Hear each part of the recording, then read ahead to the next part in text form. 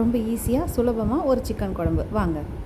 Okay, 2 வெங்காயத்தை cut பண்ணி வச்சுருக்கேன், 2 தக்காளி, 2 பச்சை மிளகாய் வந்து கீறி வச்சுருக்கேன்.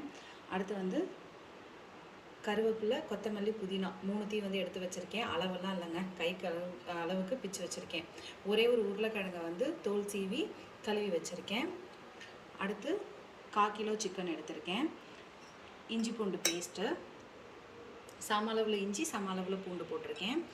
இது வந்து தேங்காய் பேஸ்ட்டு. தேங்காயில் என்னெல்லாம் போட்டிருக்கேன் அப்படின்னா 1 ஸ்பூன் மிளகு, 1 ஸ்பூன் சீரகம், 1 ஸ்பூன் பெருஞ்சீரகம் வந்து போட்டிருக்கேன். கொஞ்சோண்டு கல்பாசி வந்து போட்டிருக்கேன்.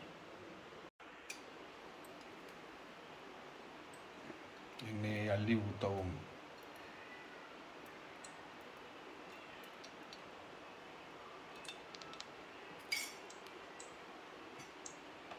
நான் எங்கள் ஊர் ஸ்டைலில் தான் வந்து வைக்கிறேன். எங்கள் ஊரில் வந்து இந்த பட்டை, கிராம்பு அதெல்லாம் போட்டு தாளிக்க மாட்டாங்க. வெறும் பெருஞ்சீரகத்தை போட்டு மட்டும்தான் தாளிப்பாங்க. எங்கள் வீட்டில் எல்லோரும் அசால்ட்டாக இந்த சிக்கன் குழம்பு வைப்பாங்க. நாமெல்லாம் வந்து நான் வைக்கும்போது வெங்காயம் வதங்கிடுச்சா, தக்காளி வதங்கிடுச்சான்லாம் பார்ப்பேன். எங்கள் வீட்டில் அப்படிலாம் கிடையாது. எல்லாத்தையும் தூக்கி ஒரேடியாக குட்டி வதக்கிடுவாங்க. ஒரு 5 நிமிஷம் 10 நிமிஷத்தில் சிக்கன் குழம்பு வச்சுருவாங்க. நான்லாம் ஒரு சிக்கன் குழம்பு வைக்க 25 நிமிஷம், அரை மணி நேரம் ஆகும். ரொம்ப நாள் ஆச்சு இந்த மாதிரி சமைச்சு சாப்பிட்டு. ஏன்னா இவங்களுக்காக பார்த்து வெங்காயம் வதங்கி, தக்காளி வதங்கி, அதுக்கப்புறம் இஞ்சி பூண்டு பேஸ்ட்டு போட்டு அப்படி தான் எப்போதும் செய்வேன். சரி, இன்றைக்கி ஒரு தடவை எனக்கு தோணுச்சு, சரி நம்ம ஊர் ஸ்டைலில் வச்சு காமிப்போம் அப்படின்னு சொல்லிட்டு எங்கள் ஊர் ஸ்டைலில் இதில் நான் வந்து முருங்கைக்காயும் போடுவேன். ஆனால் என் வீட்டுக்காருக்கு என்னவோ நான் இந்த குழம்புல வந்து முருங்கைக்காய் வாசனை வந்து பிடிக்காது. உருளைக்கிழங்கு கூட ஏதோ ஒரு விதத்தில் அக்செப்ட் பண்ணிப்பார். இங்கே இருக்கிற எல்லாருக்குமே வந்து எப்படின்னா, குழம்புல வந்து அதாவது நான்வெஜ் குழம்புல வந்து வெஜ்ஜு போடவே கூடாது. அதாவது உருளைக்கிழங்கு, முருங்கைக்காய் இதெல்லாம் வந்து போடவே கூடாது. ஆனால் எனக்கு வந்து ஸ்பெஷலாக நான்வெஜ் எது பண்ணாலுமே சரி, மீன் குழம்பை தவிர்த்து பாக்கி எல்லாத்துலேயுமே இந்த உருளைக்கிழங்கு, முருங்கைக்காய் சேர்த்துக்க வந்து பிடிக்கும். அதுவும் இந்த கருவாட்டு குழம்பு, நண்டு குழம்பு அந்த பக்கம்லாம் போயிட்டோம்னா கத்திரிக்காய், வாழைக்காய் இதெல்லாம் சேர்க்கறதுக்கு ரொம்பவே பிடிக்கும். அதனால் ரொம்பலாம் இல்லை, கொஞ்ச நேரம் அப்படியே வதக்கி விட்டுட்டு எல்லாத்தையும் ஒன்றா எடுத்து கொட்டிடுவாங்க. அதுவும் இல்லாமல் இன்றைக்கி எதுக்கு இந்த குழம்புனா, நான் கொஞ்சம் வந்து டயர்டாக இருக்கேன். இதுனா கொஞ்சம் ஈஸியாக முடிஞ்சிடும். சரி, ஈஸியாகவே முடிச்சு விட்டுட்டு போயிடலான்னு சொல்லிட்டு தான் இந்த ஸ்டைலில் குழம்பு வச்சுருக்கேன்.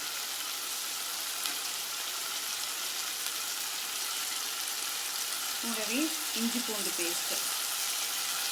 நான் வந்து கொஞ்சம் இஞ்சி பூண்டு பேஸ்ட்டு தூக்கலாக போடுறேன், வாசனை நல்லாயிருக்கும் அப்படின்னு சொல்லிட்டு. ஏன்னா எங்கள் ஊர் சைடில் அப்படி தான் அளவெல்லாம் வச்சு போடவே மாட்டாங்க, நல்லா அதிகமாக போடுவாங்க. அதுக்கப்புறம் நாங்கள் ஒரு பேர் வச்சுக்கிடுவோம். அதுக்கு ஆமாம், சிக்கனை போட்டாலே சிக்கன் குழம்பு தான், நீங்கள் என்ன பேர் வச்சாலும். அதுவும் இல்லாமல் ஆல்ரெடி என் பொண்ணு சிக்கன் வாங்கிட்டு வந்ததுலேருந்து அம்மா சீக்கிரம்னு கிச்சன் வாசல்லையே நிற்கிது. அதனால் கொஞ்சம் சீக்கிரமாக முடிச்சிட்டோம்னா பிள்ளைய சாப்பிட வச்சிடலாமேன்னு இருக்காங்க.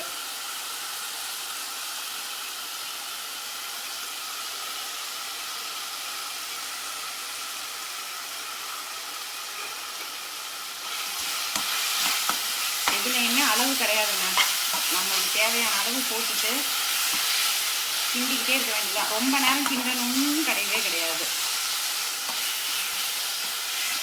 நீங்கள் ஒரு தடவை இப்படி ட்ரை பண்ணி பாருங்கள்.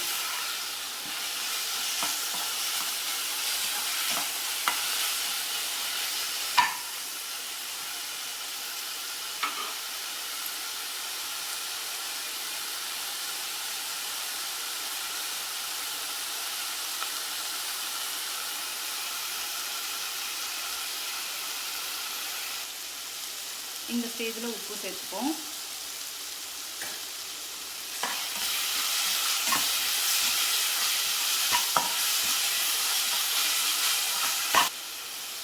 இப்போது கழுவி எடுத்து வச்சுருக்க சிக்கன்,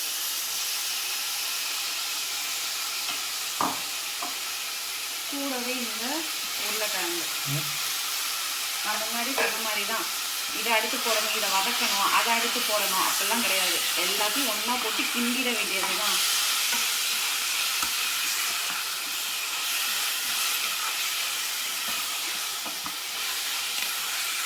ஓகே, இது மட்டும் இருக்கட்டும்.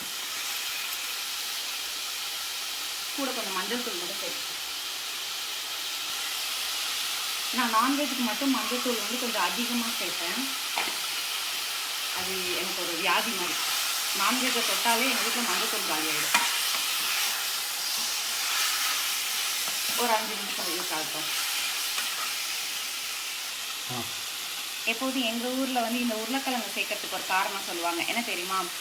இந்த கிராம பக்கத்துலலாம் வந்து வீட்டுக்கு நிறைய பேர் வந்து இருப்பாங்க. சிக்கன்லாம் அவ்வளோலாம் வாங்க முடியாது. 1 கிலோ 2 கிலோ அப்படிலாம் வாங்கி சமைக்க முடியாது. 1/4 கிலோ தான் வாங்குவோம். ஆனால் எல்லாருக்கும் வந்து பத்தணும்ல, அதனால் ஒரு கறி 2 உருளைக்கிழங்கு வச்சுட்டா வயிறு ஃபுல்லாகிடும். இந்த காரணத்துக்காக தான் வந்து உருளைக்கிழங்கெல்லாம் போடுவாங்க அப்படின்னு சொல்லுவாங்க. நீங்கள் யாராவது அந்த மாதிரி கேள்விப்பட்டிருக்கீங்களா? இப்போ எங்கள் வீட்டிலலாம் இந்த சிக்கன் மசாலா அதெல்லாம் சேர்க்கவே மாட்டாங்க. குழம்புக்கு போடுவோம்ல அதே மிளகாத்தூள், குழம்பு மிளகாத்தூள் இருக்குல்ல, அதே தான் நான் குட்டி ஸ்பூனாக வச்சுருக்கேன். ஸோ அதனால் 6 போட்டுக்கிறேன்.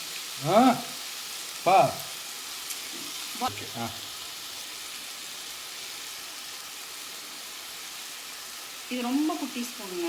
அதாவது இந்த ஐஸ்கிரீமுக்கு கொடுப்போம்ல அந்த ஸ்பூன் வந்து வச்சுருக்கேன். அதாவது பாப்பா பர்த்டேக்கு வந்துட்டு கேக் வாங்குறப்ப கொடுத்தாங்க. அது கொஞ்சம் நிறைய எக்ஸஸாக இருந்துச்சா, எல்லாத்தையும் தூக்கி மல்லிகை ஜாமான் ஸ்பூனில் போட்டுட்டேன். அதனால் இதில் 6 ஸ்பூன் அப்படின்னா நம்மளோட நார்மல் ஸ்பூனில் 2 ஸ்பூன் அந்த அளவுக்கு தான் வரும். எங்கள் வீட்டில் சிக்கன் மசாலாலாம் போடவே மாட்டாங்க. இந்த குழம்பு மிளகாத்தூள், அதுக்கப்புறமா மிளகு போட்டிருக்கோம்ல தேங்காய் அரைச்சி ஊற்றுறதுக்கு, அதில் இருக்கிறது அதுதான். பாக்கி எதுவுமே ஊற்ற மாட்டாங்க. கொஞ்சோண்டு தண்ணி ஊற்றிக்கிறேன். அப்போ தான் மசாலா வந்து கரைஞ்சிடாமல் இருக்கும். கரிஞ்சிடாமல் இருக்கும். சாரிங்க, தமிழில் ஸ்பெல்லிங் மிஸ்டேக் அப்பப்போ விடுவேன்.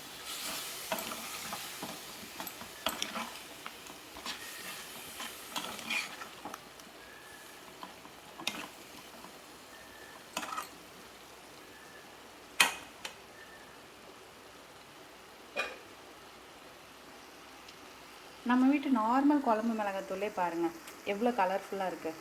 நாம் தான் சும்மா இந்த கரம் மசாலா அது இதுன்னு போட்டு கலர்ஃபுல்லு தேடுறோம். இப்போ அரைச்சி வச்சுருக்க தேங்காய் பேஸ்ட் எடுத்து நான் ஊற்றிடுறேன். எப்போது அதை போல் ஏன் தேங்காய் பேஸ்ட்டு ஊற்றுவாங்க அப்படின்னா அப்போ தான் குழம்பு நிறையா கிடைக்கும். சில விஷயங்கள் சமைக்கும்போது ஒரு சில காரணத்தோடு தாங்க சமைக்கிறாங்க. டேஸ்ட்டு என்னவோ இருக்க தான் செய்யுது. டேஸ்ட்டை விட முக்கியமானது வீட்டில் இருக்கிற எல்லாருக்கும் பத்தணும். குழம்பு வச்சோம்னா காலையில் மட்டும் இல்லாமல் நைட்டு வரைக்கும் வரணும், இல்லை மதியம் வரைக்கும் வரணும். ஸோ அந்த மாதிரி ஏதோ ஒரு காரணம் வந்து வச்சு தான் வில்லேஜ்லலாம் சமைப்பாங்க. எனக்கு அந்த டெக்னிக்ஸ் வந்து ரொம்ப பிடிக்கும். ஆமாம் இல்லை அப்படின்னு சொல்லிட்டு திடீர்னு எங்கள் வீட்டில் யாருக்காவது ஃபோன் பண்ணி எங்கள் பாட்டிட்டுலாம், ஐயோ குழம்புல உப்பு கூடி போயிடுச்சு என்ன பண்ணுறது அப்படின்னா, தேங்காய் வரைச்சி ஊற்று அப்படின்பாங்க. ஐயோ குழம்புல வந்து திரும்ப அதுதான் உப்பு குறைஞ்சி போயிடுச்சு அப்படின்னா, மிளகாத்தூளை கொஞ்சம் கரைச்சி அப்படியே தண்ணியில் ஊற்றிடு, புளியை கரைச்சி கொஞ்சம் தண்ணியில் ஊற்றிடு அப்படின்பாங்களா. நமக்கு பார்த்தியா எல்லாத்துக்கும் ட்ரிக்ஸ் வச்சுருக்காங்க. எதுவுமே செய்யாமல் வராதுல்ல. கொஞ்சோண்டு தண்ணி ஊற்றிப்போம். ஏன்னா தேங்காய் வந்து கொஞ்சம் இறுகி கொடுக்கும்ல, அப்போ தான் வந்து கொதிக்கிறப்ப கரெக்டாக இருக்கும். நைட்டு வரைக்கும் வரதெல்லாம் சொன்னீங்களே, அடுத்த நாள் கணக்க மறந்துட்டீங்க. ஆமாம், அடுத்த நாளும் வரணும். எங்கள் ஊர் பக்கம்லாம் அடுத்த நாள் வச்சு சாப்பிடுவோம். இந்த சிக்கன் குழம்புலாம் சூடு பண்ணி சாப்பிடக்கூடாதுலாம் சொல்லுவாங்க. அப்பெல்லாம் கிடையாதுங்க. இவங்க ஊரில் வச்சாங்க சரிங்க. எங்கள் ஊர்லேயும் வந்து அடுத்த நாள் தான் வைக்கிறாங்க. எங்கள் ஊர்லலாம் எப்படி விடுங்க, அடுத்த நாள் குழம்பு தாங்க சூப்பராக இருக்கும். ஆனால் என்ன, கொஞ்சம் நல்லா சமைச்சு சாப்பிட்ருங்க. அப்புறம் ஃபுட் பாய்சன் ஏதாவது ஆயிடுச்சுன்னா நான் பொறுப்பு கிடையாது. சங்கம் அதுக்கு வந்து பொறுப்பு இருக்காது. ஸோ குழம்பு ரெடி ஆகிடுச்சு. நான் வந்து என்ன பண்ணிட்டேன், அடுத்து உங்கள்கிட்ட எப்படி வச்சனோ அதேயோட ஒரு 10 நிமிஷம் ஐ ஃப்ளேமில் கொதிக்க விட்டேன் சிக்கன் வேகிறதுக்காக. அடுத்து ஒரு 5 நிமிஷம் சிம்மில் வச்சேன். இந்த மாதிரி எண்ணெய் பிரிஞ்சு வந்துருச்சு. அவ்வளோதான். ஸோ சிக்கன் குழம்பு ரெடி ஆகிடுச்சு. நம்ம அப்படியே ஆஃப் பண்ணிவிட்டு மூடி போட்டுற வேண்டியதான்.